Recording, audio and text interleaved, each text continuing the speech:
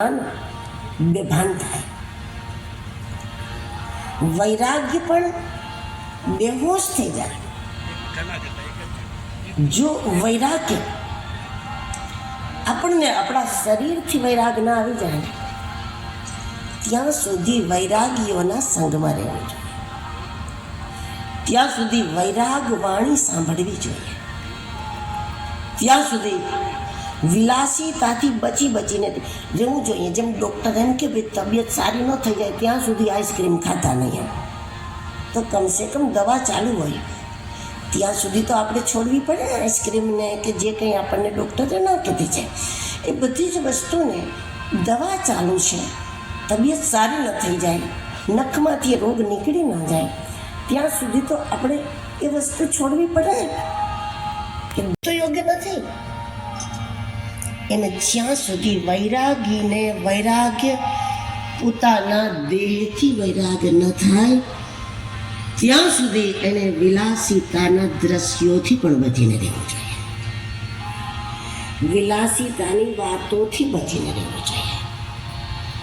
વિલાસી શબ્દોથી સાંભળવાથી બચવું જોઈએ ત્યાં સુધી કે જ્યારે દેહથી વૈરાગ આવી જાય ને પછી કોઈ ખતરો નથી. જ્યારે શરીરથી વૈરાગ આવી જાય અને ચાલ આવી જાય, ઈસ તન ધન કી કોન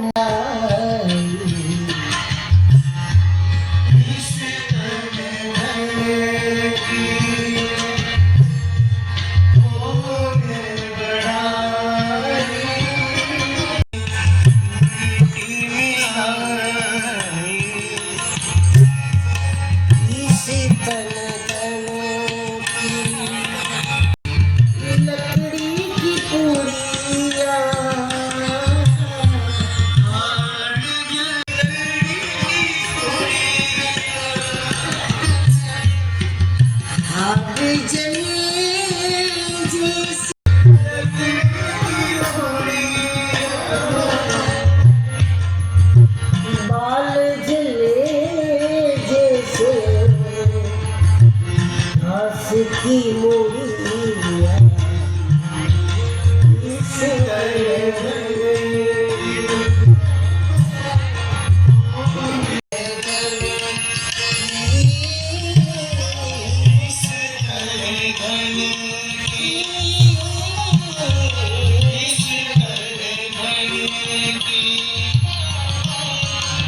કેટલા વસ્ત્રો જરૂરી બેને ટકી રહેવા માટે, જેમ ભોજન જરૂરી હોય બેને ટકી રહેવા માટે, જેવા ભવનની જરૂરત હોય તેવી વ્યવસ્થા જરૂરી. એથી આગળ એની માંગ પણ જો શરીરથી વૈરાગ આવે, શરીરથી વૈરાગ આવે એનો વૈરાગ ભ્રમિત નથી. અને વૈરાગ જો ભ્રમિત થઈ જાય તો એવી વિચિત્રતા છે કે લોકો વિલાસી જીવનમાં વૈરાગની વાતો કરે. એક કારણ એ પણ હોય છે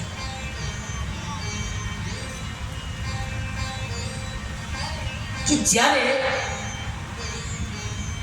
વધારે પડતું શબ્દ જ્ઞાન, વધારે પડતું પુસ્તકોનું જ્ઞાન, વધારે પડતું ચોપડા વંચાય છે ને પુસ્તકો વાંચો પણ શાસ્ત્ર વાસના ન હોય. ક્યારેક ક્યારેક લોકો માત્ર ગ્રંથોનો પાઠ કરે છે, એને ગ્રંથ વાસના છે. જેમ પુત્રની વાસના હોય, જેમ પ્રસિદ્ધિની વાસના હોય, જેમ વિદેશના હોય, પૈસાની વાસના હોય, પ્રસિદ્ધિની વાસના હોય, એ રીતે શાસ્ત્ર વાસના પણ વાસના છે. શાસ્ત્ર વાસના જેને થઈ જાય ને એને બસ દુનિયાની સામે એ સાબિત કરવાનું હોય. મને તમે ગમે તે ગ્રંથના બારામાં પૂછો, હું પૂછો ચાલો ગમે તેના બારામાં હું કહી શકું, એ બસ હું કહી શકું એના માટે તેની રાહ નથી. વધારે પડતું પુસ્તકોનું જ્ઞાન એ આપણા આત્મજ્ઞાનને ઝડપી ન દે એ પણ સાવધાની રાખે. નહીતર ક્યારે તમારી આત્મવિદ્યા ન ખુલે જો કિતાબી વિદ્યા હદ બહાર અંદર આવી જાય છે. કારણ કે કિતાબી વિદ્યાના કારણે આપણા સન્માનો જોવા મળી જાય. લોકો એમ કહે કે આપણે તો આટલા પુરાણના શ્લોકો આવડે છે, અમને તો આટલું બધું આવડે છે, એટલે આપણને સર્ટિફિકેટો મળ્યા કરે લોકો પાસે. અને એ સ્થિતિમાં આત્મવિદ્યા દબાતી જ જાય અને એવા પ્રમાણપત્રો ને એવા તુચ્છ એવોર્ડ મેળવવા માટે થઈને માણસ વધારે એ દિશા પર જ મહેનત કરે. હવે એક પત્તું છે સિવાય છે શું, એને ઘૂંઘરૂવાળી ઊંઘ જાય, પણ આપણી આત્મવિદ્યા ઠંકાઈ ન જાય એના માટે સાવધાન રહેવું જોઈએ. બેભાન થઈ ગયેલું જ્ઞાન એ આપણને કોઈના શરણાગત ન થવા દે. બહુ જ મોટી તકલીફ આ છે કે વધારે પડતા ચોપડા વાંચી લઈએ અને વધારે પડતું કિતાબી જ્ઞાન આવી જાય લોકો પાછા માની લે કે છે આટલા બધા પુસ્તકોનું, કારણ કે આપણે બધા પુસ્તકની વાત કરતા હોય અને લોકોમાં જ્યારે સન્માન આપણને મળવા મળી જાય, 2-5 પત્તા મળી જાય સાચા ખોટા, એનું પરિણામ એ આવે કે આપણે કોઈ સિદ્ધ ગુરુના પણ ન થાય. આપણને એમ લાગે કે આપણે કોઈના ક્યાં પગ પકડવાની જરૂર છે. તો બહુ જ મોટું અહિત થાય આપણાથી જ આપણું, એટલે શાસ્ત્ર ભાષણ પણ યોગ્ય નથી. આપણે ત્યાં પંક્તિઓમાં એવું કહ્યું છે, મૂકો બધી ચોપડીઓ ઊંચી રે. ગરબો છે આ, મૂકો બધી ચોપડીઓ ઊંચી રે, ચરણમાં જ્ઞાન તણી ઊંચી રે, ચરણમાં ઊંચી રે, મૂકો બધી ચોપડીઓ ઊંચી રે, મૂકો બધી ચોપડીઓ ઊંચી રે,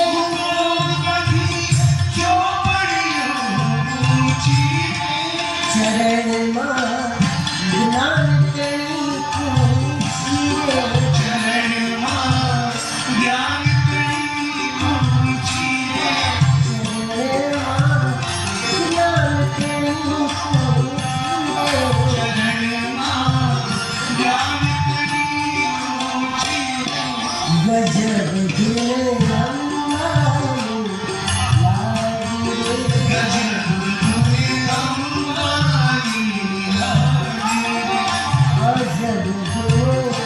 અંબાની લાગી રે, ગજબ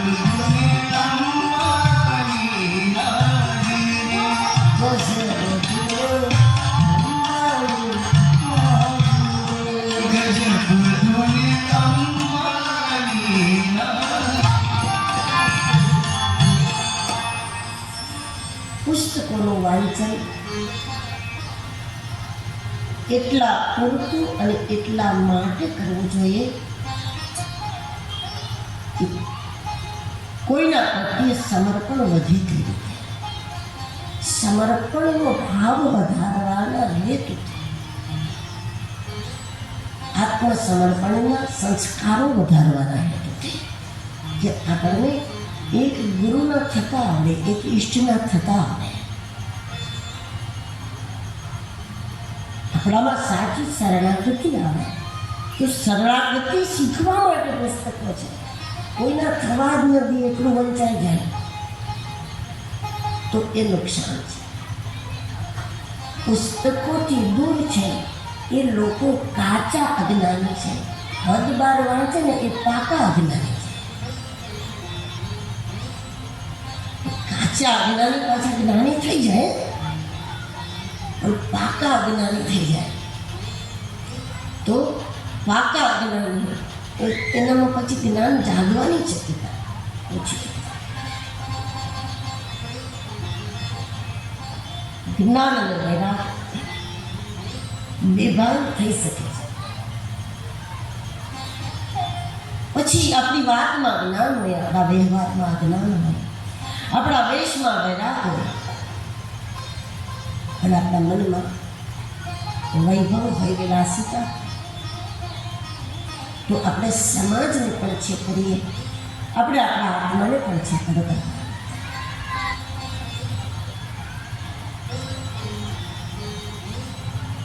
તો ભક્તિની પાસે જ્ઞાન વૈરાગ હતા. ભક્તિ દેવીએ પોતાનો પરિચય આપ્યો અને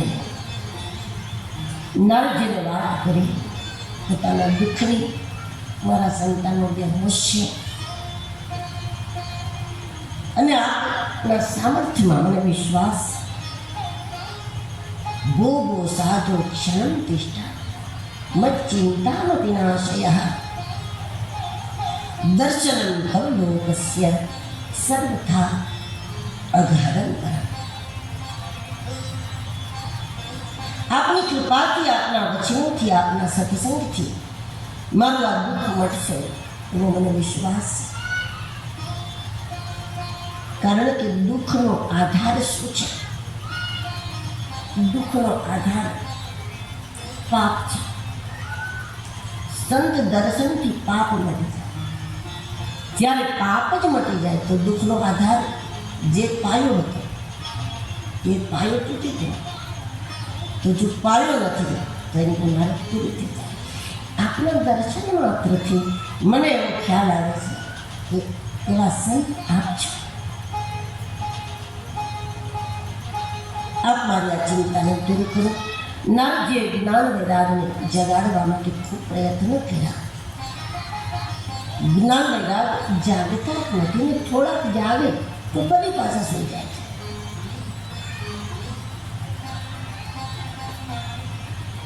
આપણા સૂતેલા જ્ઞાનને, આપણા સૂતેલા વૈરાગને કોણ જગાડી શકે?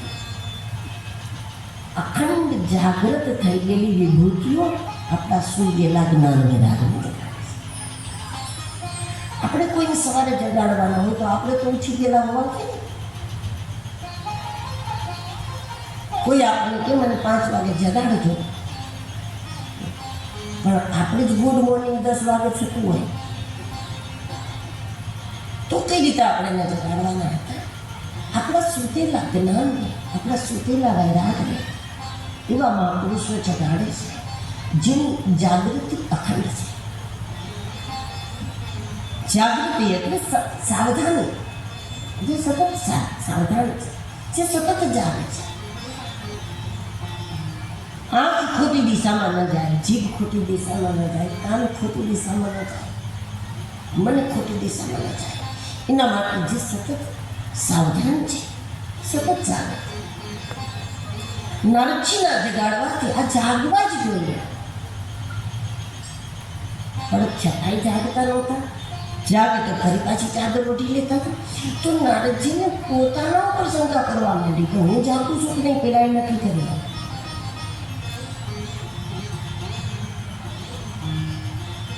ખ્યાલ આવે કે હું તો જાગું છું, તો આ કેમ જાગતા નથી? આકાશવાણી દ્વારા પરમાત્મા નારદજીને કહ્યું કે નારદજી, તમે જાગો જ છો, તમારી ભૂલ નથી. આના ઉપર યુગ પ્રભાવ છે, એટલે આપને થોડો વધારે પ્રયાસ કરવો પડે.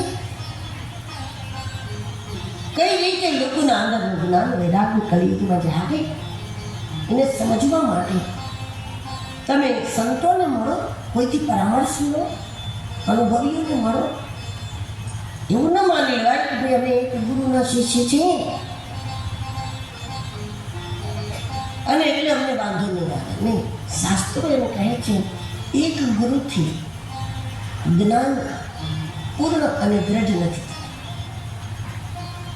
એક ગુરુથી જ્ઞાનની પૂર્ણતા અને જ્ઞાનની દ્રઢતા શક્ય નથી.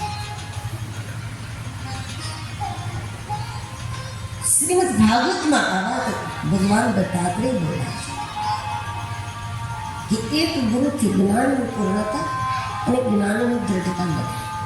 એટલે કે એક આધ્યાત્મિક ગુરુ પ્રત્યેનું આપણું ચોક્કસ સમર્પણ હોવું જોઈએ. એમની કૃપા થકી એટલા વિનમ્ર થઈ જવું જોઈએ કે એવા કેટલાય ગુરુઓ થકી આપણને માર્ગદર્શન મળે. એવા અનેક મહાપુરુષો આપણને પોતાના માને અને એમના થકી આપણું જ્ઞાન દ્રઢ બને પૂર્ણ થાય.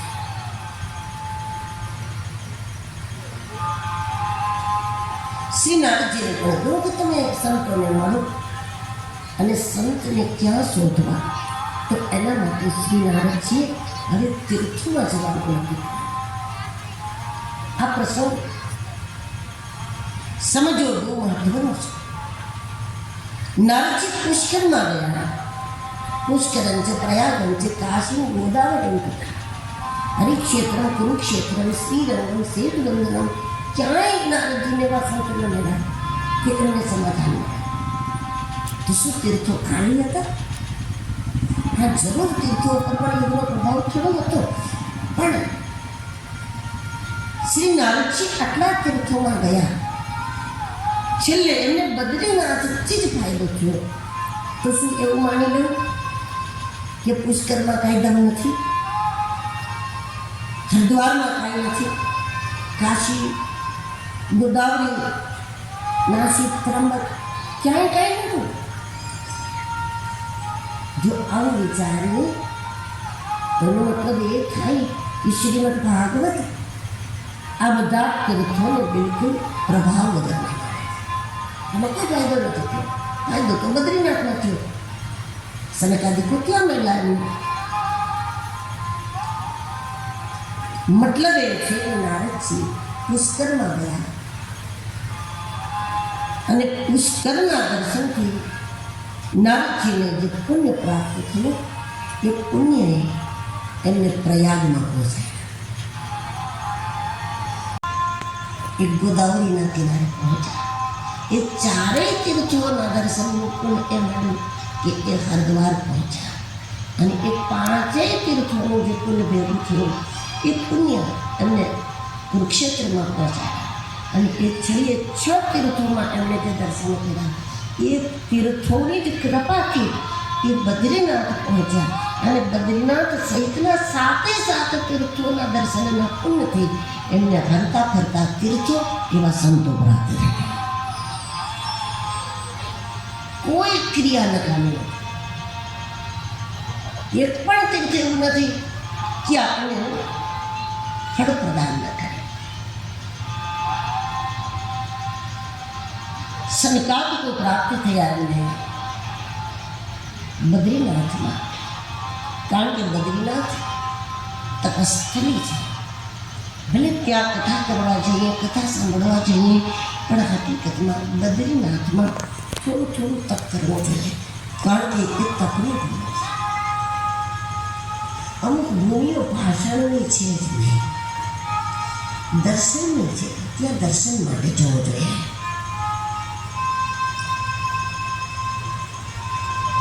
કૈલાસ, માનસરોવર, હિમાલય દર્શનની ભૂમિ. ત્યાં તો મહાદેવ બોલે છે એને સાંભળવા જવું જોઈએ. ત્યાં બોલવાની જરૂર નથી. ત્યાં મહાદેવ બોલે છે. ત્યાં તો શિવવાણી છે. અને એ કાન સરવા રાખીને બેસાય. ત્યાં કાન ચોખ્ખા કરીને કાનને એકદમ સાફ રાખીને ત્યાં બેસો તો ત્યાં શિવવાણી પણ ત્યાંય આપણે આપણું બંધ ના કરીએ તો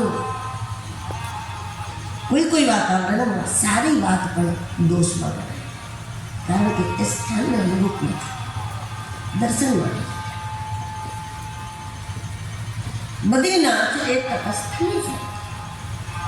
ભગવાન વિષ્ણુને ગમે છે સત્સંગ, શાસ્ત્રોનું ગાન, પઠન. ઠીક છે, થોડો ઘણો સત્સંગ થઈ જાય ત્યાં, પણ અસલમાં ત્યાં તપ કરવું જોઈએ. ભગવાન તપ કરે છે ત્યાં. ભગવાન બદ્રીનારાયણ તપસ્યાની મુદ્રામાં બેઠા છે. આપણે હલવા પૂરી ખાઈને કથા સાંભળીએ બસ એ જ કરતા હોય. એટલું કંઈ તપ ના કરીએ એ યોગ્ય. થોડું પણ તપ થઈ જાય.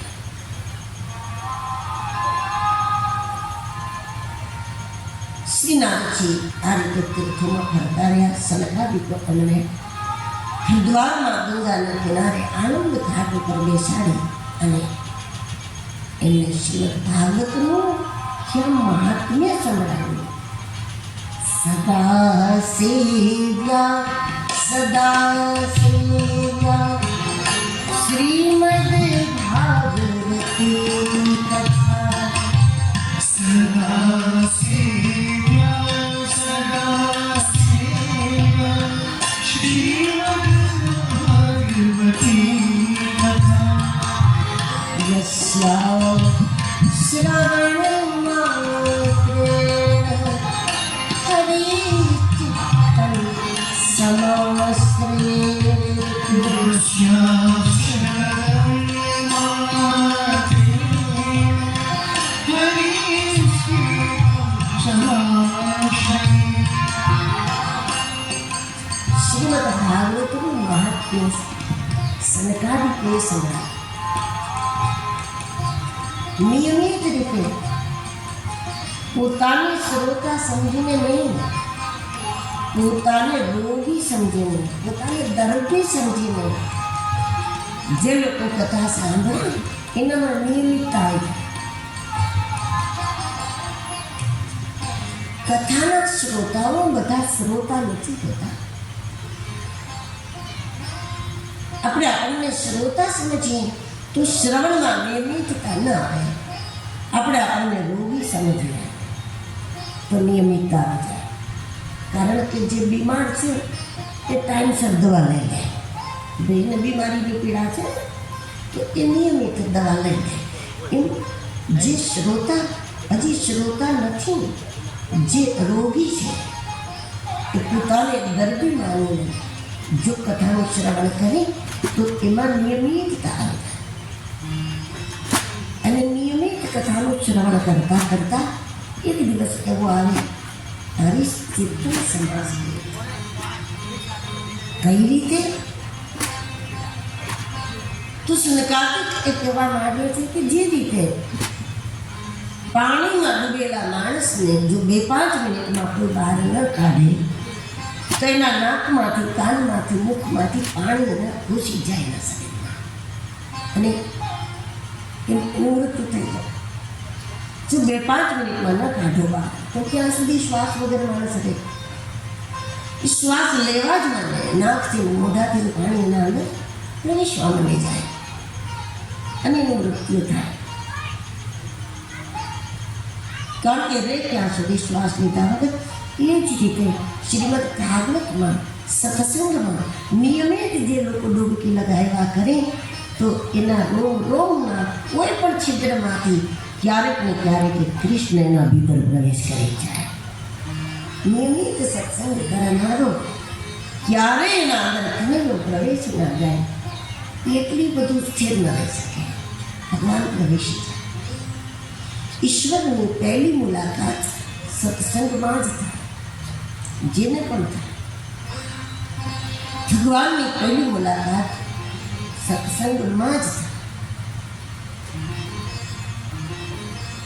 અને વારંવાર સત્સંગમાં ભગવાનનો અનુભવ કરતા એક દિવસ એવો આવે કે એ જ અનુભૂતિઓ હવે ઘરમાં પણ થવા માંડે. ઘરમાં પણ હવે સત્સંગના ચિંતન, એના વિચારો, એની ચર્ચાઓ ચાલુ થઈ. તો સમજવું કે જેને કાયમ કથામાં મળતા હતા એની હવે ઘરમાં પધરામણી થઈ છે. તો ભગવાનની ઘરમાં ભગવાનની પહેલી મુલાકાત સત્સંગમાં જ થાય. અને વારંવાર થતા પછી સત્સંગમાં જે આનંદ, જે પરમાનંદ હતો એ હવે ઘરમાં કામ કરતાં પણ એ સ્થિતિ જળવાઈ જાય. ત્યારે સમજવું કે હવે કથામાં તો મળવા જતા હતા કનૈયાને, પણ હવે આપણી આંગળીઓ પકડીને આપણે ઘરમાં લઈ લેવા છે.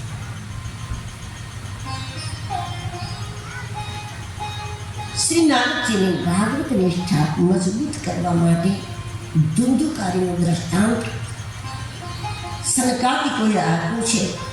એ મહાત્મ્યનું 3જું પ્રકરણ છે. આત્મદેવ અને ધુંધુરીનું સંતાન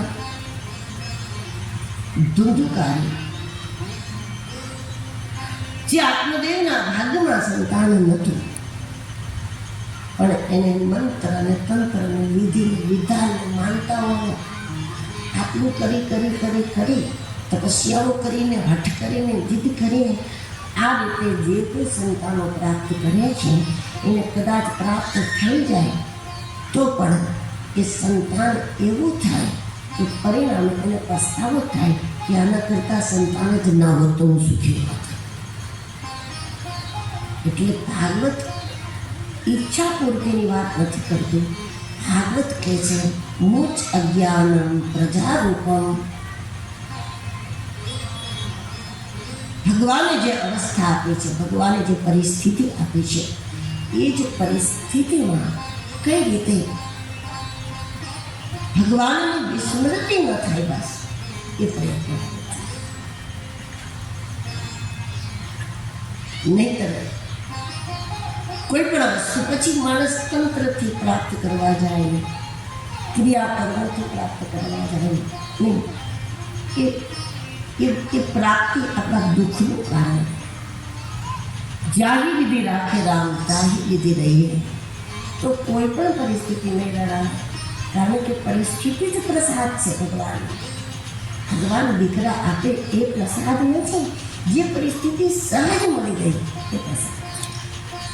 પણ પરાણે ભગવાન પાસે માંગેલી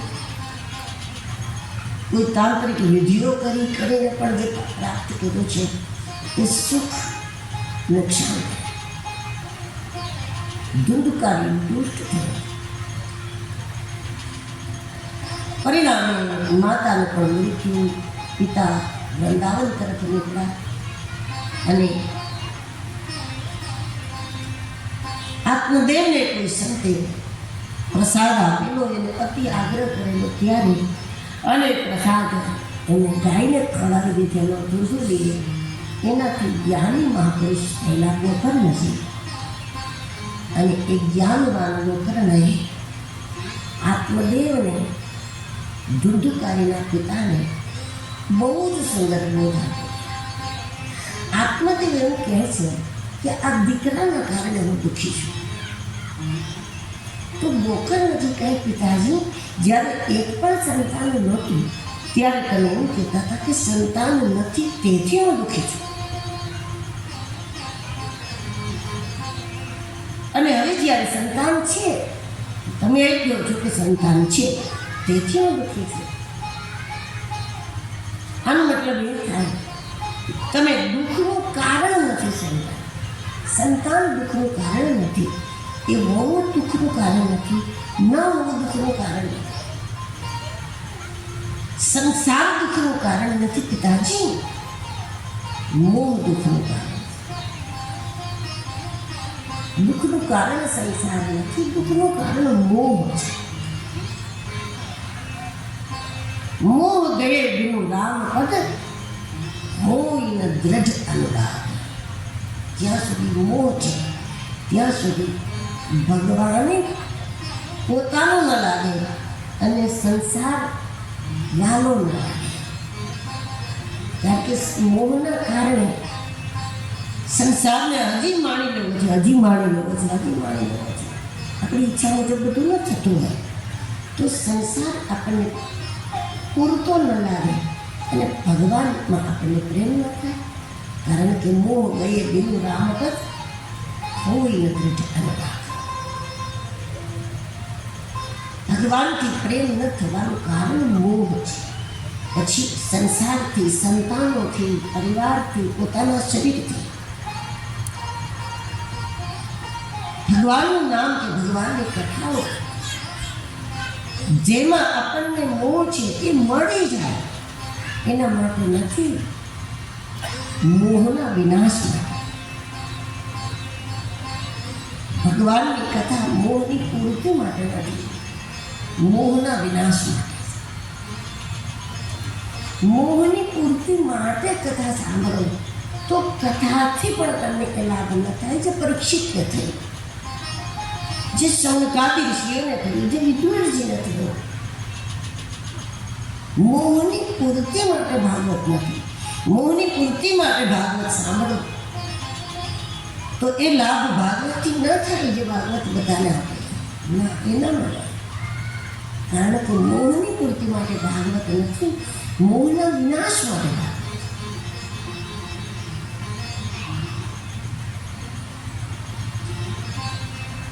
જ્ઞાનવાન ગોકર્ણજીએ પિતાજીને આત્મદેવને જ્ઞાન આપ્યું કે પિતાજી હવે તમે એમ કરો ને, તમે ઘરમાં રહેવાનું બંધ. આત્મદેવ કે મેં સાંભળ્યું છે ભક્તિ ઘરમાં રહીને થાય, ગોકર્ણજી કહે ભક્તિ ઘરમાં રહીને થાય, ભક્તિ જંગલમાં થાય, ભક્તિ મંદિરમાં થાય, પણ ક્યારે ભગવાન વાલો હોય તો ભક્તિ થાય. જેને ભગવાન જ વાલો નથી તો ક્યાંય મંદિરમાં બેસીને ન કરે. આખી જિંદગી જેને ભગવાનનું નામ ના લેતું થાય એને મૃત્યુના સમયે મંદિરમાં લઈ જાઓ અને પૂછો આ શું છે, તો એમ કે ગામ હોય ને ત્યાં આવું હોય. એમના કે રામજીનું મંદિર છે, કૃષ્ણનું મંદિર છે, તેમ કે ગામ હોય ને ત્યાં આવું હોય. મંદિરની અંદર લઈ જઈને ભગવાનની મૂર્તિ દેખાડીને પૂછો કે આ, તો કે આવું ગામ હોય ને ત્યાં આવું હોય ને આવું હોય, એમાં પાછું આવું હોય જ.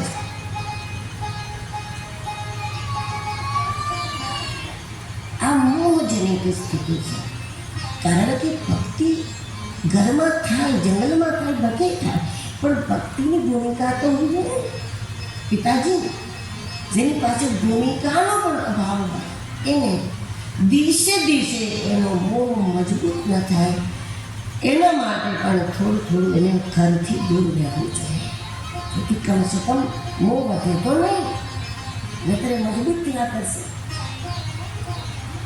તમે વ્રજમાં જાઓ, તીર્થમાં જાઓ. આત્મદેવ તીર્થમાં જવા તૈયાર થયા. ગોકર્ણજીને ડર લાગ્યો કે જેને ખબર નથી તીર્થમાં કેમ રહ્યા, એ તીર્થમાં જઈને શું કરે. જેને ખબર જ નથી તીર્થમાં કેમ રહ્યા, એ તો તીર્થમાં પણ અપરાધ કરે. જો તીર્થમાં જાય તો તીર્થથી શું ફાયદો થાય? એની ખ્યાલ હોવો જોઈએ કે તીર્થમાં શેના માટે, તીર્થમાં કેમ રહેવું, એ પણ એને ખબર હોવી જોઈએ. અમુક લોકો તીર્થોમાં જાય તો બસ હવે છેલ્લી જિંદગી ત્યાં કાઢી છે, પણ એ પોતાના ગામમાં જમીનનું કામ કરતા હોય તો ત્યાં જઈને પાછો એક ટુકડો લે, પછી પાછો વેચી નાખે, પછી પાછા બે લે, ત્યાં જઈને જ ખર્ચા કરી.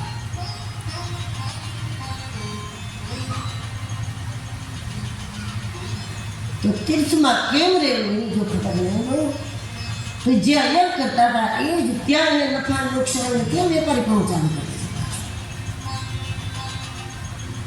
એટલે ગોકર્ણ છે એ પણ શીખવાડ્યું તીર્થમાં કેમ રહેવું.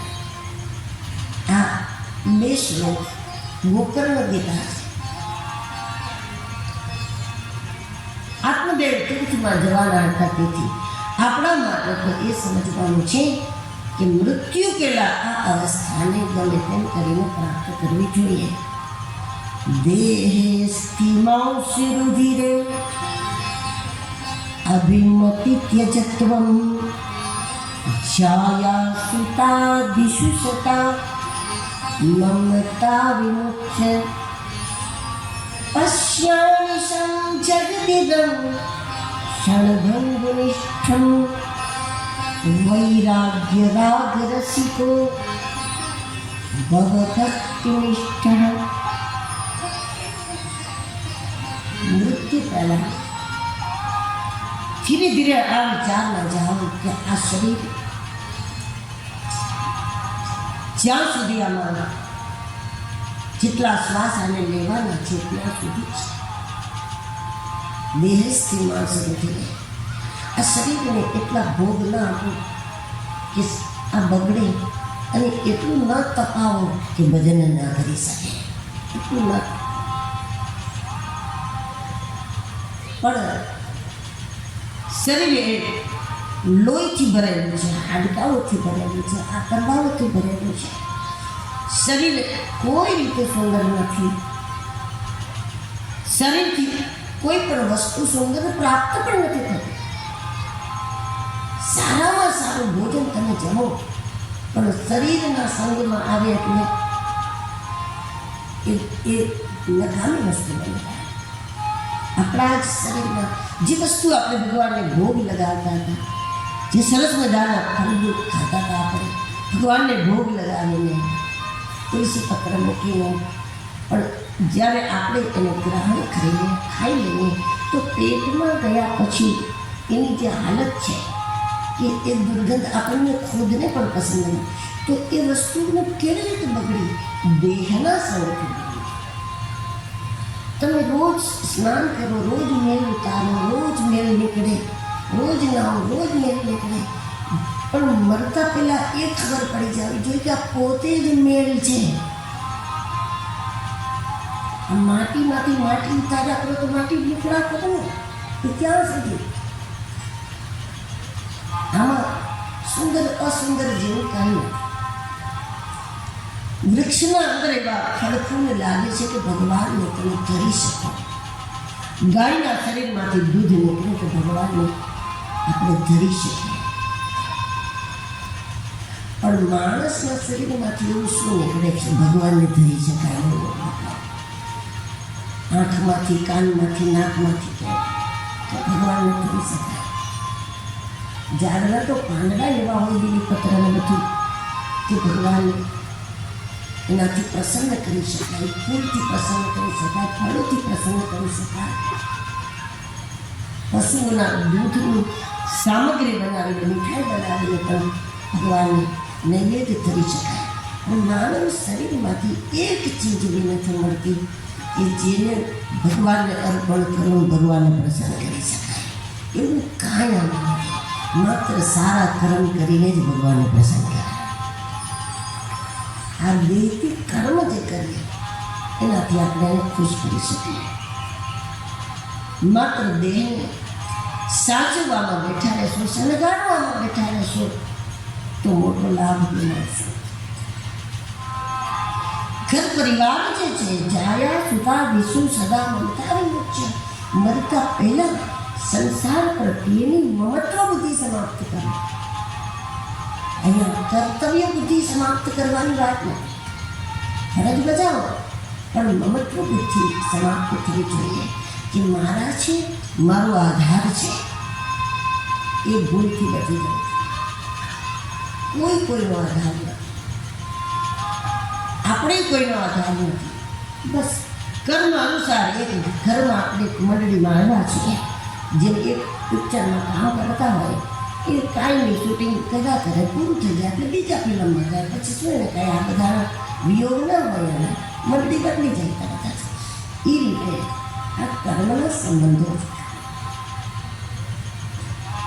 તીર્થમાં જઈને પિતાજી ધર્મ ભજસ્વ સતતમ તજ્ય લોક ધર્મ.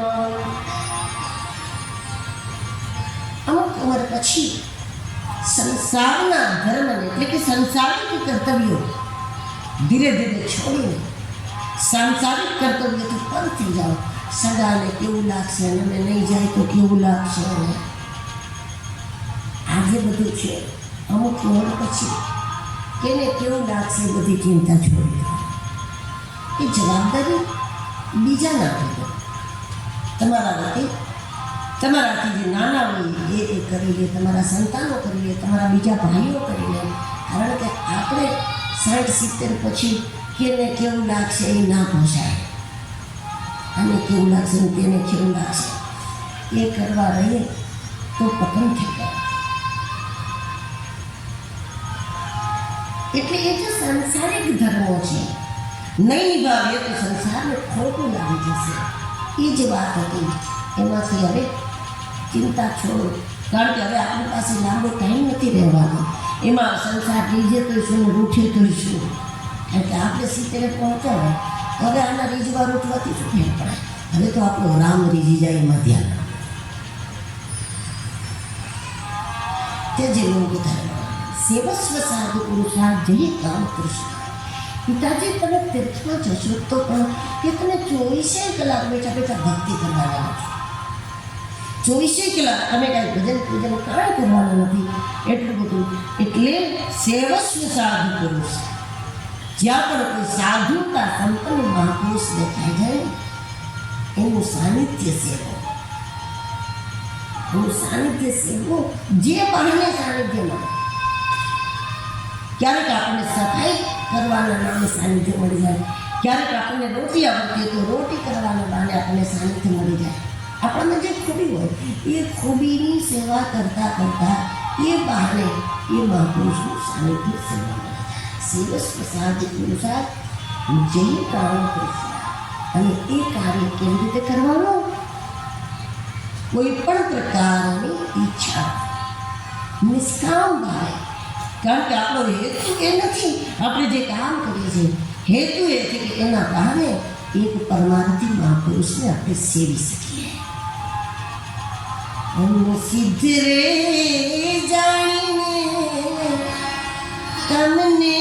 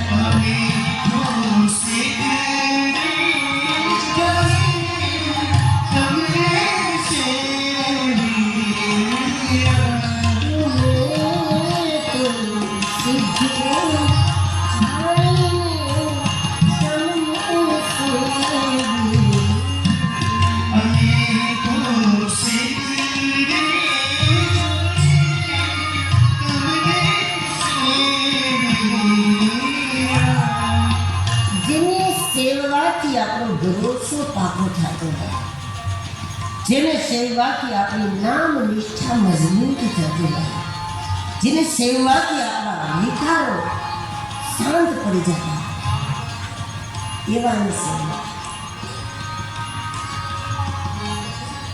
જેના સાનિધ્ય માત્રથી આપણા અંતઃકરણમાં અજવાળું થતું, આપણી કુંડલી માત્ર એના ઓરામાં આવવા માત્રથી જાગૃત થઈ જતી. યોગીઓ કેટલા પ્રયાસો કરતા છે કુંડલીને જાગૃત કરવા માટે, તોય બધા ચક્રો એક્ટિવ નથી થઈ શકતા હોતા. બહુ જ અઘરું લાગે, પણ એ જ અઘરી જે પ્રક્રિયા છે એ કોઈ સિદ્ધ સદગુરુની ઓરાની અંદર પ્રવેશ થઈ જાય માત્ર, તો એક સાથે ચક્રો એક્ટિવ થઈ જાય. કાંઈ પેલા એમાં કંટાળી કોઈ એવા કોઈ પણ બહાને એને તમે સેવો સ્વસાદ પુરુષાર્થ જે કામ તૃષ્ણ નહીતર તીર્થ એક થોડોક ટાઈમ તમને બદલાવનું સુખ આપે, પણ જ્યારે 8 દિવસ 15 દિવસ મહિનો 2 મહિના રહેતા પછી આપણી ચિત્તવૃત્તિ એ જ થઈ જાય. આપણા ગામમાં આપણી જે ચિત્તવૃત્તિ હતી એની ચિત્તવૃત્તિ પછી કાયમી તમે હરિદ્વારના નિવાસી છે તો કંઈ ફરક ન પડે, બતાય નથી જાય. પણ એ ભૂમિનું સુખ લેવું હોય તો ત્યાંના મહાપુરુષોને સેવવા તો ચોક્કસ લાગે.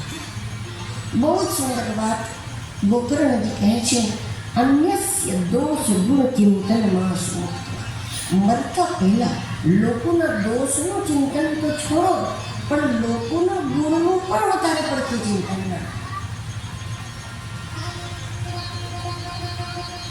ગુણ અને દોષ, કારણ કે જેનું ચિંતન કરવાનું છે એને આવવા દો, એને આવવા દો. તમારા વિચારમાં, તમારી સ્મૃતિ પટ ઉપર એ પરમ તત્વને ખબર. કોઈની અધિક પ્રશંસા નહીં, કોઈની નિંદા નહીં. અન્યસ્ય દોષ ગુણ ચિંતનમાં સુમુક્તવા સેવા તથા રસમહો નિદ્રામ પીબત.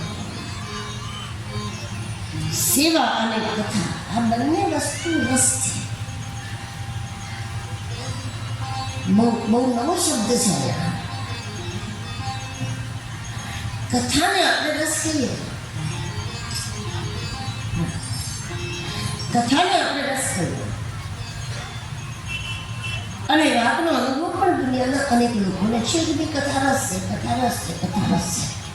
પણ અહીંયા ભાગવતકાર એમ કહે છે બંને વસ્તુ માટે એક વાત શબ્દ કરી દીધો, સેવા કથા રસમહો. સેવા પણ રસ, કથા પણ રસ. એ જ કાર્ય સેવા છે કે જે કાર્યમાં નિષ્કામ હોવા છતાં પણ રસની ઉત્પત્તિ થાય. આપણને કામકાજમાં રસની ઉત્પત્તિ તો થાય જે આપણને ખબર હોય કે 1 તારીખે આટલા 1000 મળવાના, આટલો પગાર મળવાનો, તો નકર નહીં. પણ જ્યાં કામના બિલકુલ નથી અને એમ છતાંય કાર્યમાં રસાનુભૂતિ આવે તો એનું નામ એ ક્રિયાપદન છે. એ ક્રિયા પણ જે ક્રિયામાં કોઈ ભૌતિક લાભ મળવાનો હોય તો પણ રસાનુભૂતિનો અનુભવ થવો ક્રિયામાં, તો એ ક્રિયા પણ ભજન છે.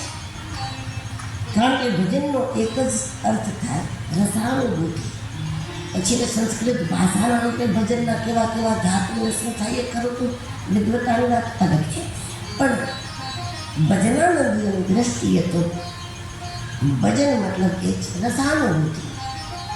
તમને શ્રવણમાં રસાનુભૂતિ થવા મને તો સાંભળવું ભજન છે. તમને સત્સંગ કરાવવામાં બોલવામાં રસાનુભૂતિ થવા મને તો એ બોલવું ભજન છે. તમને કોઈ પવિત્ર સ્થાનની સફાઈ કરતા હો, ઝાડને પાણી આપતા હો, અતિથિના સત્કાર કરતા હો, એમાં રસાનુભૂતિ થવા મને તો ક્રિયા ભજન છે. જેમાં રસાનુભૂતિ અને એ પણ નિષ્કામતા સાથે રસાનુભૂતિ. મળવાનું કંઈ નથી તોય મજા આવે એ વાત. તીર્થમાં રહેવાની આ સુંદર પદ્ધતિ ગોકર્ણજી મહારાજે અને આત્મદેવી એ પ્રમાણે તીર્થયાત્રા કરીને સ્વયં તીર્થ બની ગયા.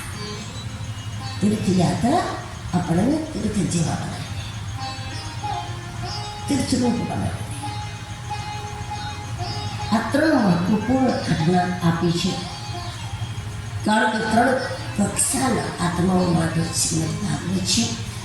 મહાત્મ્યના અંતે કઈ રીતે શ્રવણ કરવું, કોનાથી શ્રવણ કરવું, વક્તા કેવા હોવા જોઈએ, આ બધી ચર્ચા છે. વિરક્તો, વૈષ્ણવો, વિપ્રો,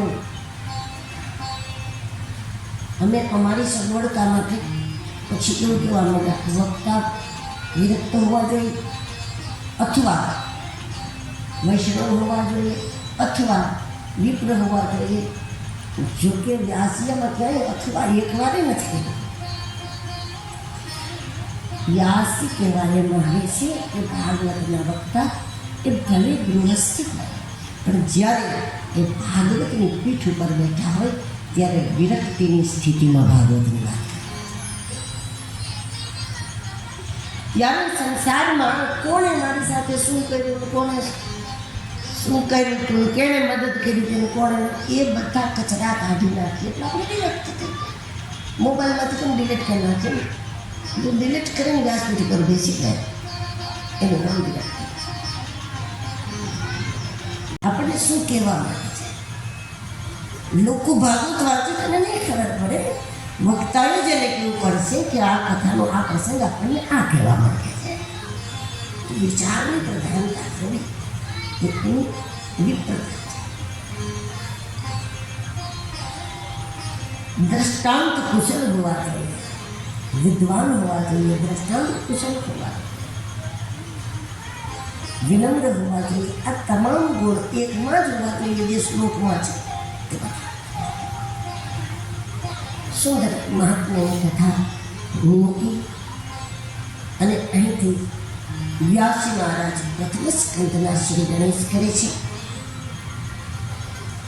પ્રથમ સ્કંદના આપણે શ્રી ગણેશ કરીએ એના પહેલાં 2-5 મિનિટ માટે ભગવાન નામ સંકીર્તન કરી અને નિયમ મુજબ ભગવાન નામ સંકીર્તન બાદ આપણે પ્રથમ સ્કંદના મંગલાચરણમાં પ્રવેશ કરીએ. ઓમ નમો ભગવતી વાસુદેવાય. ઓમ નમો ભગવતી વાસુદેવાય. ઓમ નમો ભગવતી વાસુદેવાય. ઓમ નમો ભગવતી વાસુદેવાય. ઓમ નમો ભગવતે વાસુદેવાય. ઓમ નમો ભગવતે વાસુદેવાય. ઓમ નમો ભગવતી વાસુદેવાય. વાસુદેવાય. વાસુદેવાય. વાસુદેવાય. વાસુદેવાય. વાસુદેવાય. વાસુદેવાય. વાસુદેવાય. વાસુદેવાય. શ્રી વ્યાસજી મહારાજ શ્રીમદ ભાગવત મહાપુરાણનું 3 શ્લોકમાં મંગલાચરણ કરે.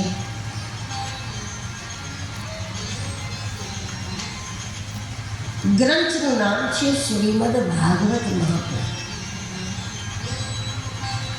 જ્યાં પણ પુરાણ શબ્દ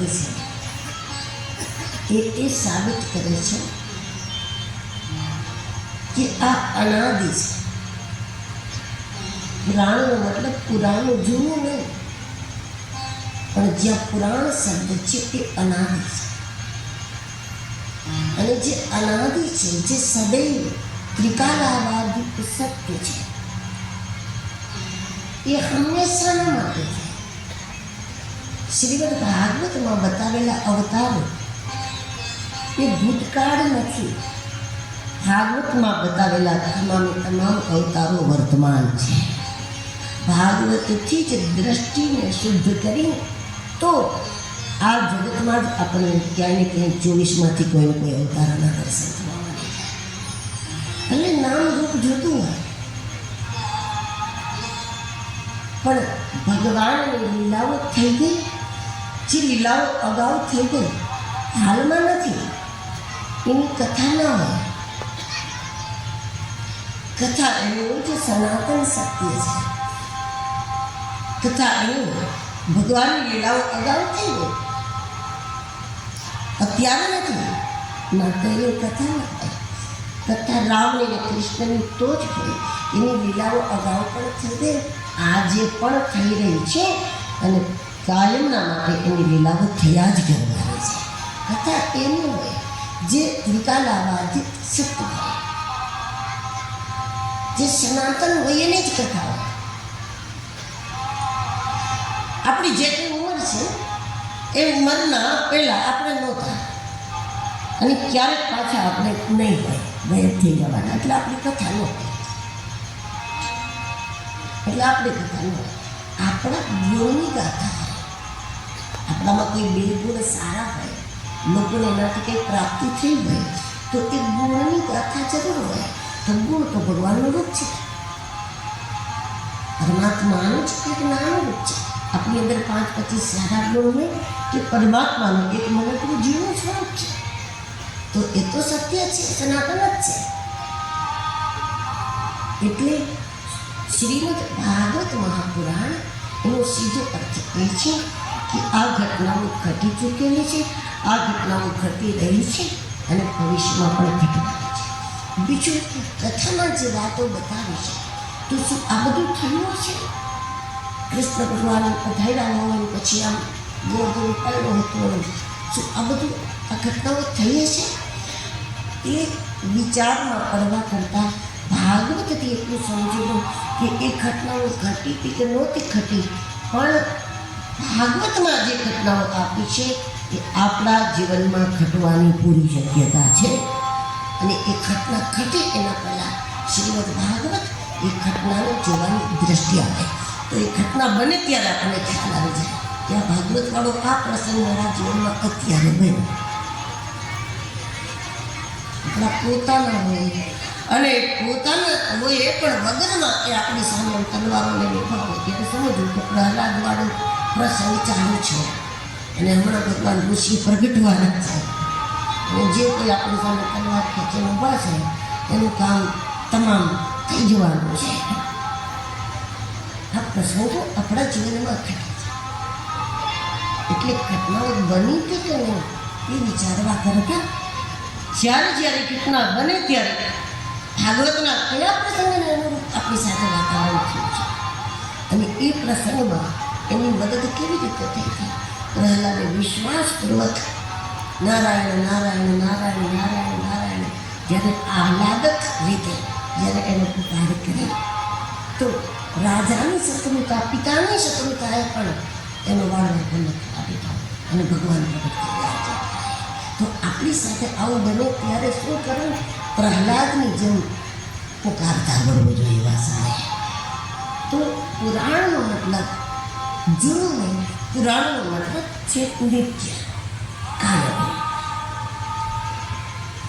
3 શ્લોકમાં વ્યાસજી મહારાજ મંગલાચરણ મૂકે છે. કારણ કે વ્યાસજી હજારો શિષ્યોના ગુરુ છે અને એટલે એના માટે મંગલાચરણ વધારે જરૂરી છે. મંગલાચરણ આચરણ મંગલ બને એ બધા માટે જરૂરી છે. પણ એવા લોકોને કે જેના પગલે ચાલનારો એક મોટો વર્ગ છે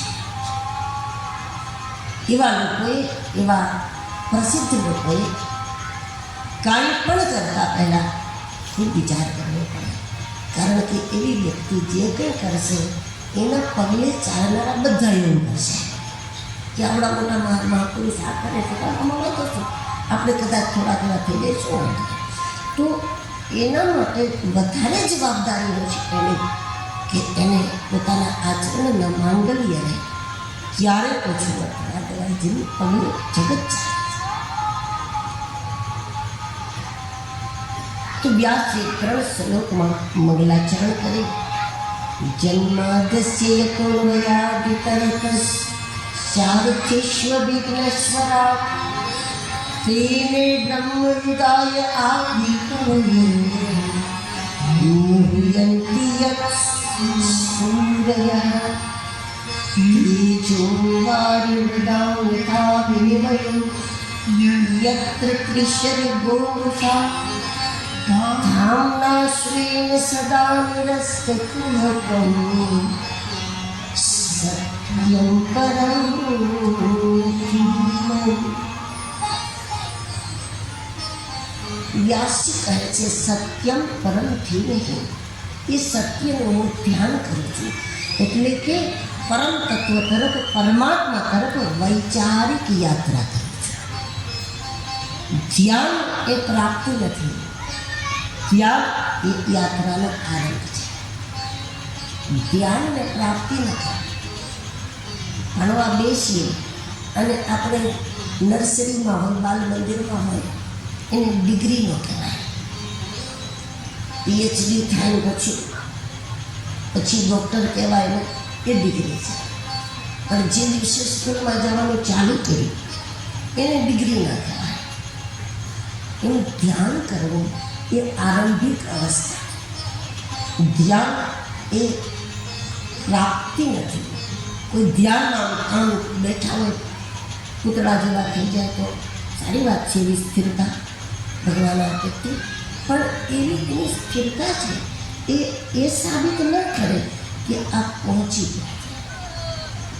એ આરંભિક અવસ્થા છે, એ પ્રાપ્તિ નથી. ધ્યાન એ પહોંચેલાના પ્રમાણ નથી, સમાધિ એ પહોંચેલાના પ્રમાણ છે. સમાધિ એ પહોંચી જાય અને જ્યારે વ્યક્તિ સમાધિનો આનંદ લેવા માંડે, સમાધિ એટલે ખાડામાં મુકાઈ જાય વાળી નહીં, પણ સમાધિનો આનંદ જ્યારે માણસ લેવા માંડે ત્યારે એ ખુલ્લી આંખે એ આનંદ લે, અને જે આનંદ લે છે સમાધિવાળા એ જ આનંદ સંસારના હજારો કામ કરતા કરતા લે, હાલતા ફરતા લે છે, નાચતા કૂદતા લે છે, હસતા હસાવતા લે છે. એટલે કોઈ પણ સિદ્ધોની અવસ્થા તમે જોઈ જુઓ તો એમાં બાળક પણ હોય, એ ચંચળ હોય. અને કોઈ પણ સિદ્ધોની જીવન ચરિત્રને વાંચો તો ખ્યાલ આવે કે એ બાળકો સાથે જ રમતા. મોટા મોટા સિદ્ધ મહાપુરુષોને બાળકો વધારે રમતા.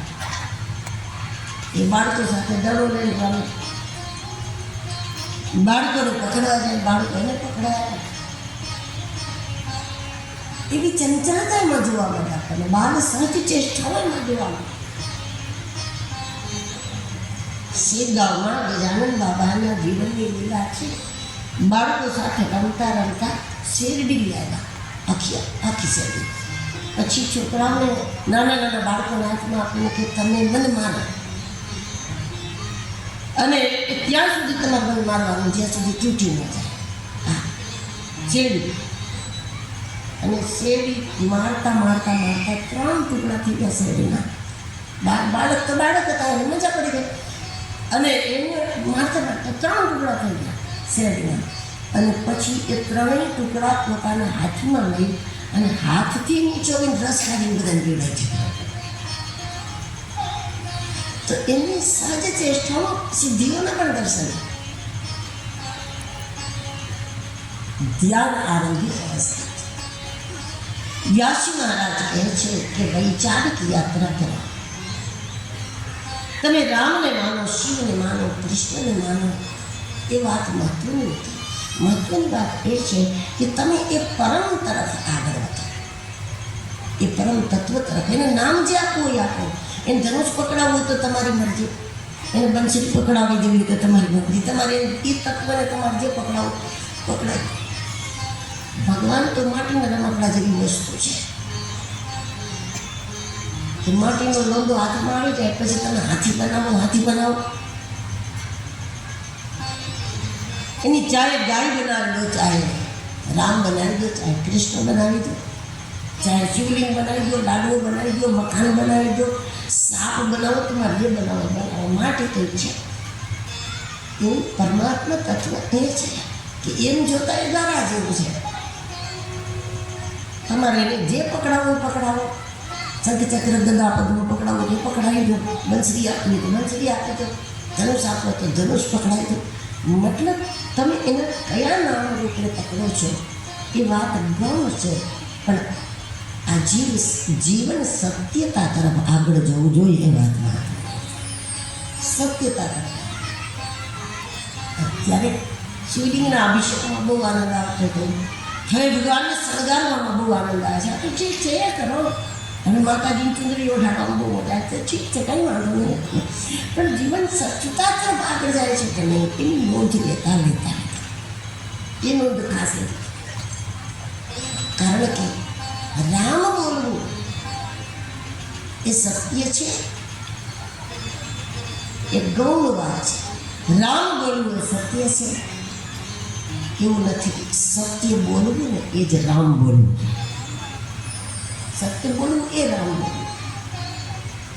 જો વ્યવહારમાં આપણે સત્ય ન બોલીએ અને રોજ જેટલા શ્વાસ એટલી વાર 200 માળા કરી લઈએ રામ રામ રામ રામ રામ રામ, જોકે એ પણ ઉત્તમ જ છે. ભાવે કે ભાવે ભગવાનનું નામ, પણ એનો વિશેષ આધ્યાત્મિક લાભ જો લેવો હોય તો વ્યવહારમાં સત્ય ધારણ થવું જોઈએ. એટલે રામ સત્ય છે એ અધૂરું છે, અધૂરી વાત છે. રામ સત્ય છે વાત અધૂરી છે, અને સત્ય રામ છે એ વાત પૂર્ણ છે. સત્ય રામ છે એ પૂર્ણ જ્ઞાન છે. રામ સત્ય છે એ અધૂરું જ્ઞાન છે, પણ સત્ય રામ છે એ પૂર્ણ જ્ઞાન છે. સત્યમ પરમ ધીમહિ. વ્યાસજી કહે છે કે હું વૈચારિક યાત્રા કરું છું એ પરમ તત્વ તરફ. સવાલ એ છે કે વૈચારિક યાત્રાનો આધાર શું છે? ભગવાનનું ચિંતન કરીએ, ભગવાન તરફ વિચારથી જ જવાય. ગાડીમાં બેસીને થોડું જવાય, મંદિર સુધી જવાય ગાડીમાં બેસીને. પરમાત્મા તરફ તો વૈચારિક યાત્રા જ છે. અને વૈચારિક યાત્રા કેવી રીતે કરવી? વ્યાસીએ નાના બાળકને જાણે આપણને બાલમંદિરવાળાને ભણાવતા હોય એટલી સરળ કરી દીધી આ વાતને. વ્યાસીએ કહ્યું, ભગવાન તરફ વૈચારિક યાત્રા કરવી હોય તો એવી રીતે કરાય કે દુનિયામાં તમને જે વસ્તુ બહુ જ ગમે છે, બહુ જ પ્રભાવિત કરે છે, એ વસ્તુ ભગવાનમાં જોવા મળી જાય. એને જ ભગવાનમાં જોવા મળે. દુનિયામાં કોઈ બહુ ધનવાન માણસ આવી જાય સામે તો લોકો પ્રભાવિત થઈ જાય. કોઈ ધનવાનને જોઈને આપણે પ્રભાવિત થઈ જાય કે ગજબ સંપન્ન વ્યક્તિ છે, આટલું બધું છે એની પાસે, આપણે નથી પ્રભાવિત થઈ જાય. એની સરભરા માટે આપણેનું કાંઈ કામ ન હોય તો આપણે એની સરભરા માટે ઉભા કરીએ, કારણ કે આપણે પ્રભાવમાં છીએ. તો જ્યારે માણસ કોઈ ધનવાનથી પ્રભાવિત થતો હોય તો વ્યાસજી કહે કે જો તેને તમને પ્રભાવિત કરે છે તો ભગવાન તરફ એવી નજરે જોવો, ભગવાન જેવો ધનવાન કોણ છે. જો ધનવાનથી તમે પ્રભાવિત તો ઈશ્વર કેટલો. તમે જેને ધનવાન માનીને સંબંધ રાખો ને એવું બને. આપણે એમ થતા ક્યારેક કામ હશે એટલે આપણે સંબંધ રાખીએ અને આપણે એની સાથે સંબંધ જોડવાનો થાય ને એનું કદાચ પડવાનું ચાલુ થાય આપણા નસીબે, તો એ આપણને મદદ કરે કે આપણે એને કરવી પડે પછી, કારણ કે આપણે એને જોડતા. રૂપ પ્રભાવિત કરે છે. જો સૌંદર્ય પ્રભાવિત કરતું હોય તો ભગવાનને એવી નજરે જોવો, એના જેવું સૌંદર્ય કરે. ભગવાન જેવું સૌંદર્ય કરે. કોઈ વસ્તુ દૂરથી સુંદર લાગે, બહુ નજીક કરો, સાવ આંખને અડાડો તો એની કોઈ સુંદરતા નથી. પરમાત્માની સુંદરતા એવી છે કે એને દૂરથી જુઓ તો સુંદર છે, વચ્ચેથી જુઓ તો સુંદર છે, નજીકથી જુઓ તો સુંદર, આંખમાં આંજી લો તો સુંદર છે.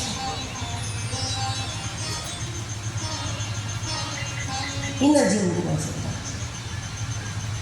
મધુરા અધિપતે અખિલમ મધુરા. એનું ચાલવું સુંદર, એનું બોલવું સુંદર, એનું આવવું સુંદર, એનું જવું સુંદર, એનું ગીત સુંદર, એનું રૂપ સુંદર. અધરમ મધુરમ, વદનમ મધુરમ, નયનમ મધુરમ, વસિતમ મધુરમ, હૃદયમ મધુરમ, ગમનમ મધુરમ, મધુરાધિપતે અખિલમ મધુરમ. રૂકમણીજીએ એ જ વાત કરી હતી ભગવાનને કે ભુવનમાં સુંદર તો ઘણા હોય છે પ્રભુ, પણ તમે તો એવા છો કે તમારા થકી આખું ભુવન સુંદર લાગે છે. ભુવનની શોભા આપના થકી છે. તો સુંદરતા પ્રભાવિત જેને બહુ કરે છે એણે ભગવાનની સુંદરતાનો વિચાર કરવો જોઈએ. જેને કોઈ ધનવાનના ધનથી મન પર બહુ અસર પડે છે એને ભગવાન જેવું સામર્થ્ય કોણ છે? ભગવાન જેવો લક્ષ્મીપતિ કોણ છે? કેટલી તપસ્યાઓ કરી, માથા આપી કાપીને ચડાવવા પછી રાવણને જે સંપત્તિ પ્રાપ્ત થઈ હતી એ સંપત્તિ એક પલમાં શ્રી રઘુનાથજીએ વિભીષણને એ પણ સંકોચ સાથે આપી. ત્યાં બહુ જ ઓછું છે વિભીષણ, પણ એક પલમાં એ સંપત્તિ માટે રાવણે માથા કાપીને ચડાવ્યા ત્યારે ને પ્રાપ્ત. તો એના જેવો દાતા કોણ છે? એના જેવો ધની કોણ છે? કોઈ પહેલવાન હોય, શક્તિશાળી હોય, આપણને એમ થાય કે ક્યારેક બહુ કામ આવશે, આપણે કોઈ સાથે ઝઘડો થાય તો આ પહેલવાન છે, આપણા વચ્ચે લડી શકશે, ઝઘડો કરી શકશે. તો ભગવાન તરફ એ નજરે જોવાને વ્યાસ કહે છે ભગવાન જેવો પહેલવાન કહે છે. કોઈ માટે સામર્થ્ય છે કે ડાબા હાથની એક આંગળી અને નાનામાં નાની આંગળી ઉપર જે આખો ગોવર્ધન ઉપાડેલી આવો પહેલવાન છે તે દુનિયા. જો કોઈ પહેલવાન સાથે જોડાવું હોય તો જોડાઓ કૃષ્ણ સાથે, કોઈ ધનવાન સાથે જોડાઈ જવું હોય તો જોડાઈ જાઓ કૃષ્ણ સાથે, જો કોઈ સુંદર સાથે જોડાઈ જવું હોય તો પણ જોડાવવું જોઈએ શ્રી કૃષ્ણ સાથે. બસ વૈચારિક યાત્રા કરવાની આવી બહુ સરળ રીત આપી. સત્યમ પરમ ધીમેહી, અને એ સત્ય પ્રાપ્ત કઈ રીતે થાય, સત્ય આપણા અંદર પ્રગટે કેવી રીતે, તો બીજો શ્લોક જવાબ આપે છે. ધર્મ ક્રોજિત કેત્ર ગોત્ર પરમો નિર્મત્સરામ સતામ વેદ્યમ વાસ્તવમત્ર સ્પૃશ્યદમ ધર્મ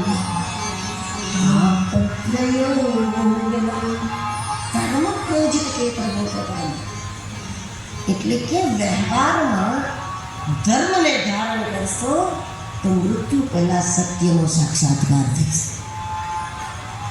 વ્યવહારમાં ધર્મ ધારણ, ક્રિયામાં ધર્મ ધારણ. વ્યવહારમાં ધર્મ એટલે સાત્વિકતા, પવિત્રતા. શાસ્ત્રોની આજ્ઞા મુજબ વ્યવહાર કરે એનું નામ ધર્મને ધારણ કરી લીધું.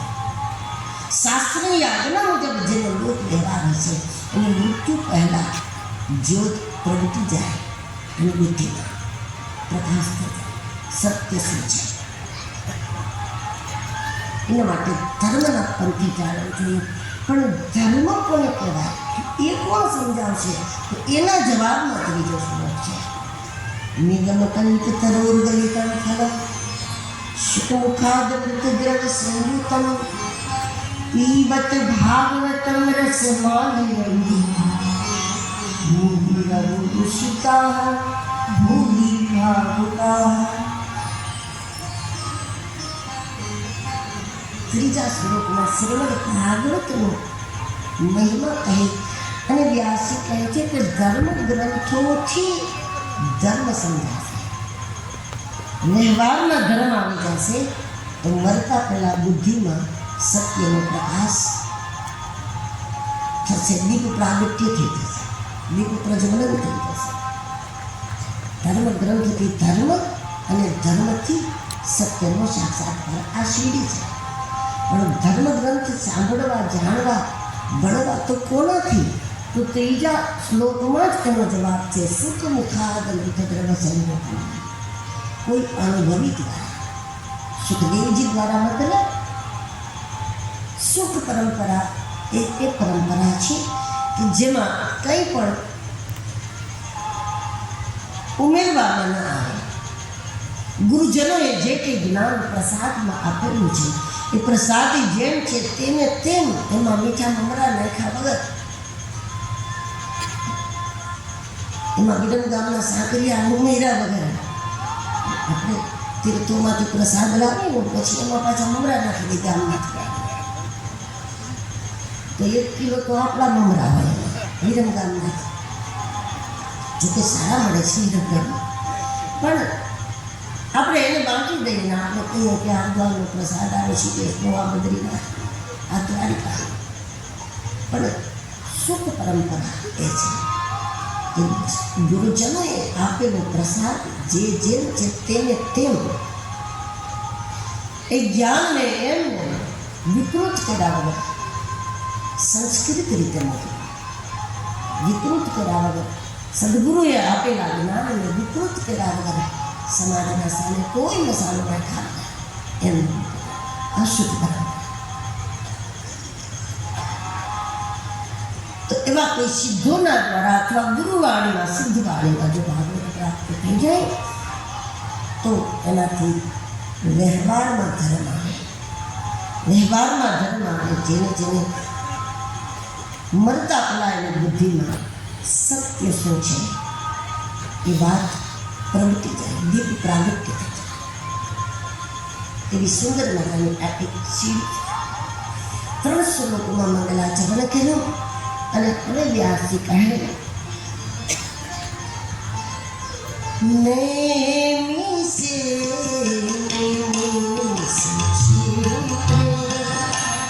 ऋषियन सोने का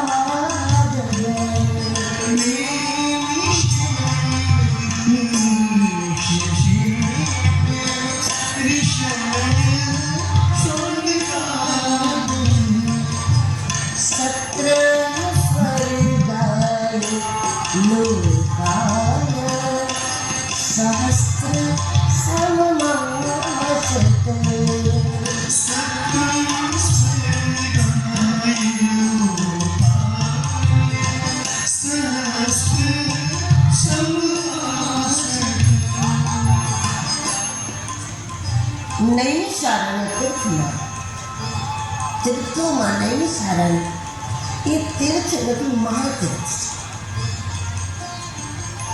ભારતમાં જેટલા પણ તીર્થો છે એમાં 5 મહાતીર્થ છે. નૈમિષારણ મહાતીર્થ છે, પુષ્કર મહાતીર્થ છે, પ્રયાગ મહાતીર્થ છે, જ્યાં જ્યાં ગોદાવરીનો કિનારો છે એ સ્થાનો મહાતીર્થ છે. અને જ્યાં જ્યાં ગોદાવરીનો કિનારો છે એ સ્થાનો પર મહાતીર્થના અંતર્ગત છે. ભારતના તીર્થોમાં 5 મહાતીર્થ છે. 5 મહાતીર્થોમાં નૈમિષારણ્ય છે. એવી નૈમિષની ભૂમિમાં અવારનવાર સૂતજીના દ્વારા પુરાણોની એટલી વિસ્તૃત ચર્ચા થઈ છે. જ્યારે જ્યારે નૈમિષારણમાં સૂતજીએ કથા કીધી છે એ શ્રીમદ ભાગવત હોય, શિવ પુરાણ હોય, દેવી ભાગવત હોય કે કોઈ પણ પુરાણોની કથા નૈમિષારણમાં સૂતજીએ ઋષિઓના સામે કરી છે, ત્યારે એની પ્રારંભની જ તિથિ જાહેર થઈ છે, પૂર્ણાહુતિની તિથિ જાહેર નથી થઈ. 20 તારીખે પૂર્ણાહુતિમાં એક નૈમિષારણની પરંપરા નથી કે 20 તારીખે પૂર્ણાહુતિ નહીં, તે થાય જ નહીં. વર્ષો વીતી જાય. સૂતજી મહારાજને જેમ જેમ આનંદ આવતો જાય, જેમ જેમ ગુરુ મહારાજ એને જે કંઈ દર્શન કરાવતા હતા એ દર્શનોને સૂતજી પોતાના શબ્દમાં શબ્દ દર્શન લોકોના સામે મૂકે. એનો કોઈ ટાઈમ ટેબલ નહીં, ગમે તેટલા વાગે ગમે તેટલા દિવસો થાય એ પરંપરા. કારણ કે સમયે સમયે આ સમાજને એવા સૂતની જરૂર છે અને એવા સત્સંગની જરૂર છે. અને તો જ પુરાણોનું સંપૂર્ણ રહસ્યોનું ઉદ્ઘાટન થાય.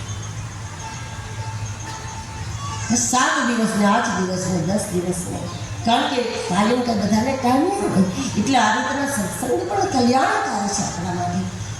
ક્યારેક ક્યારેક એવા પ્રયોગો પણ થવા જોઈએ કે મહિના સુધી, એકાદ મહિના સુધી એક પુરાણો પર, તો એનાથી પુરાણોના રહસ્યો ખુલે. બાકી 7 દિવસમાં ભાગવતનું, ચોથે દિવસે કૃષ્ણ જન્મ ફરજિયાત, અને 5મા દિવસે ગોવર્ધન ફરજિયાત, અને 6થા દિવસે રૂકમણી વિવાહ પર, તો એમાં રહસ્યોદ્ઘાટન નથી. રહસ્યોદ્ઘાટન તો ન થાય, પણ ક્યારેક ક્યારેક વધારે પડતી બહારની વાતો અંદર આવી જવાના કારણે શાસ્ત્રનું સ્વરૂપ ધૂંધળું થઈ જાય. વળી એને ખોલવું તો અમુક વર્ષોએ એટલા જરૂરી છે.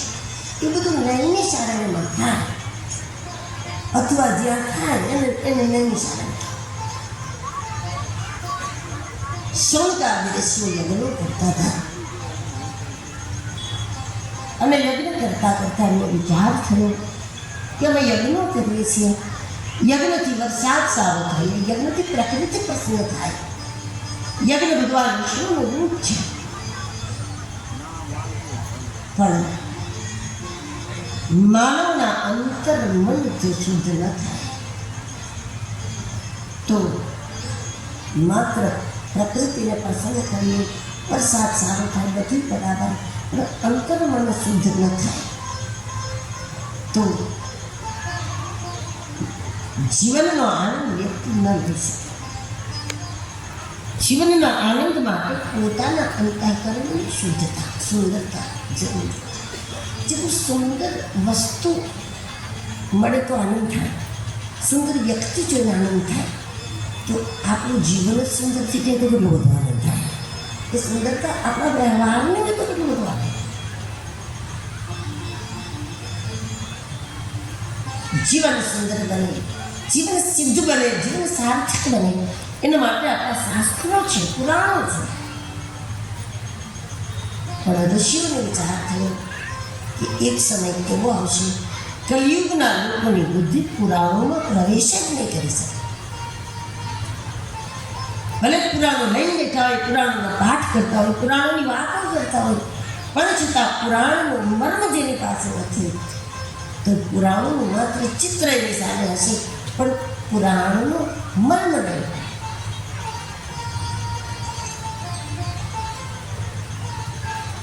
અને એ સમયે લોકોને જો પુરાણનો મર્મ પ્રાપ્ત થઈ જાય તો લોકો ખરેખર કલિયુગમાં પણ ધર્મના રસ્તે જે ચાલે છે એને કોઈ ભય નથી.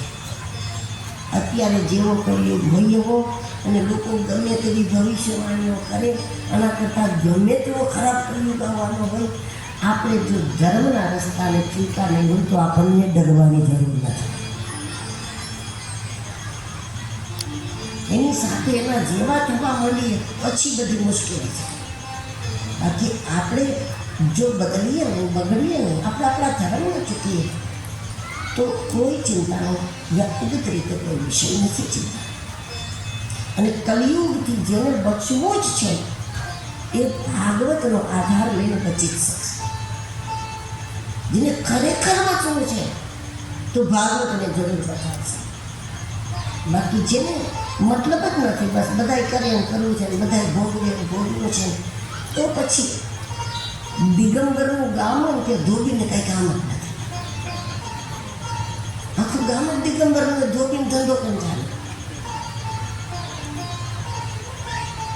તો જેને કલિયુગથી બચવાનો વિષય જ નથી, ચિંતા હોવી જોઈએ મારા ઘરમાં કલિયુગ ના આવે, મારા બાળકોમાં કલિયુગ ના આવી જાય, મારામાં કલિયુગ ના આવી જાય, મારા વિચારમાં ના આવી જાય, મારા વ્યવહારમાં કલિયુગ ના આવી જાય, ભલે કોર કલિયુગ આવે પણ અમે ન રંગાઈ જાય. બસ આટલી જ એને ચિંતા થાય. એવા લોકો એવા હેતુથી ભાગવતમાં બેસે. અરે વર્ષનું એક અનુષ્ઠાન કરતા રહો ક્યારેય કલિયુગ તમારી આજુબાજુમાં નહીં ફરકે. જેમ વાયરસ ન ફરકે કલિયુગ નહીં ફરકે. સૌકાદી ઋષિઓ ચિંતા કરતા કલિયુગના લોકોનું શું થશે. અને એ સમયે સૂતજી મહારાજ ત્યાં પહોંચ્યા. સૂતજીને જોઈ સૌકાદી ઋષિ સમજી ગયા. લોક કલ્યાણની ઈચ્છા આપણા મનમાં થઈ એટલે પ્રકૃતિએ મદદ કરી. એવા જ મહાપુરુષ મોકલી દીધા. ખરેખર પરમાનંદ કરવું હોય અસ્તિત્વ મદદ કરે. એને અનુરૂપ બધું મળી જાય, એને અનુરૂપ વ્યક્તિ પણ મળી જાય. સૂતજી મહારાજનું આગમન થયું અને કલિયુગના જીવનના કલ્યાણ માટે ઋષિએ 6 પ્રશ્નો પૂછ્યા છે. 6 પ્રશ્નોનો સાર એક જ છે કે ધર્મ શું છે, ધર્મ કોને કહેવાય, કઈ ક્રિયા ધર્મ. સૂતજી મહારાજ અતિ પ્રસન્ન થયા અને સૌકાદી ઋષિઓના માધ્યમથી આપણને સૌને ધર્મનું સ્વરૂપ સમજાવવા માટે શરૂઆતમાં એમણે 3 શ્લોકમાં મંગલાચરણ કર્યું. પોતાના ગુરુદેવને યાદ કર્યા, સુખદેવજી મહારાજને, બીજા શ્લોકમાં પણ સુખદેવજીને અને ભાગવતજીના મહિમાનું ગાન કર્યું. ત્રીજા શ્લોકમાં પણ ગુરુને વાત છે. નારાયણ નમસ્કૃત્ય નરં ચૈવ નરોત્તમં. મારા સદગુરુની જ કૃપા છે કે આજ મને નરમાં નારાયણના દર્શન થયા. નરં ચૈવ નરોત્તમં. ગુરુની જ કૃપા છે કે મને સરસ્વતી પ્રાપ્ત. કારણ કે સરસ્વતી કોને મળે? તો ગુરુ ગીતા એમ કહે છે કે જેના પર સંપૂર્ણ ગુરુ પ્રસન્ન થાય એને ભુક્તિ મુક્તિ દ્વયમ તચ્ચ જીવાગ્રે ચ સરસ્વતી. આ ગુરુ પ્રસન્ન છે. જેમ ધ્રુવજીને ભગવાને ગાલો પર શંખ સ્પર્શ કર્યો અને વાણી પ્રાપ્ત થઈ, કારણ કે એની સંપૂર્ણ સાધનાનું પીઠબળ નારદજી હતા. ધ્રુવ એટલા નહોતા જંગલમાં, ગુરુ કૃપા સાથે હતી. એનું પરિણામ આવ્યું કે એને દિવ્યવાણી પ્રાપ્ત થઈ. સૂતજીએ 3 શ્લોકમાં મંગલાચરણ કર્યું અને કહ્યું કે ધર્મનું સ્વરૂપ એ છે જે કાર્ય આત્માને ગમે એ ધર્મ છે. એ ધર્મ છે. આત્માને ગમવું કે ના ગમવું એ સમજી ન શકતા હોય તો પછી જે સંતોને ગમે, મહાત્માને ગમે એવું કરો. જે કામમાં સાધુ સંતો પોતાની પ્રસન્નતા વ્યક્ત કરે એવા કામ કર્યા કરવા.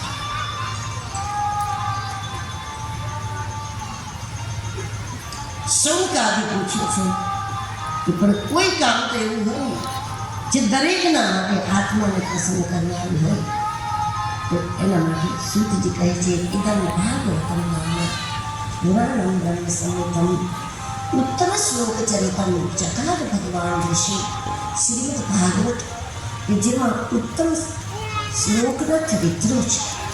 સૌપ્રથમ ભગવાનના ચરિત્રો ભક્તોના ચરિત્રો સાંભળી અને આપણે આપણા ચરિત્રને સુધારી દેવું જોઈએ. તો આપણી જ અંદરથી કોઈ અવતારો પ્રગટે 24 અવતારના નામ આપ્યા. તો સૌનકજીએ કહ્યું કે શ્રીમદ ભાગવતનો ઉદ્ગમ ક્યારે થયો, કઈ રીતે થયો એ આપણને કહો. સૂતજી મહારાજ ભાગવતના ઉદ્ગમની કથા જે સૌનકાદિ ઋષિઓના સામે મૂકે છે એની શરૂઆત આપણે કરીશું આવતીકાલે બરાબર 3 વાગે. આજે થોડોક વિલંબ થયો તો 15 મિનિટ અહીંયા પહોંચવા, કારણ કે કોઈ કારણસર ત્યાં મંદિરની પૂજા બધું બાકી રહ્યું હતું સવારે સંતોના આવવાથી. એ પછી કથામાં આવતી વખતે કરવાના હિસાબે પણ આવતીકાલે બરાબર સમયસર કથા શરૂ થાય એવો આપણે સૌ પ્રયત્ન રાખીશું. કારણ કે આપણી પાસે 8 જ દિવસ હતા. એમાંથી 2 તો ગયા. હવે આ 6 દિવસમાં આપણે આપણી છઠ્ઠીમાં સારામાં સારા લેખ લખાઈ જાય એવા પ્રયત્નો કરવાના છે. તેથી સમયસર આરંભ કરવાનો પૂરો પ્રયાસ કરીશું. આવતીકાલે 3 વાગે તથા વિરામ આપીએ પહેલાં ઉપસ્થિત સૌ સંતોને મારા શાસ્ત્રીજી રાજેન્દ્ર પ્રસાદજી આ વિસ્તારને જેમને ખૂબ કથાઓ આપી છે, રામકથા અને ભાગવત કથા, એમની ઉપસ્થિતિ છે. લંથડથી પણ પૂજ્ય મહારાજજી દીનબંધુદાસજીના ઉત્તરાધિકારી ત્યાંના મહંત ઉપસ્થિત છે. અને બાલકનાથજી જીવાપુરાથી, જેને આ અગાઉની આ વિસ્તારની ભાગવત કથા જીવાપુરામાં કરાવી અને આખા વિસ્તારને જીવન પૂરું પાડ્યું હતું.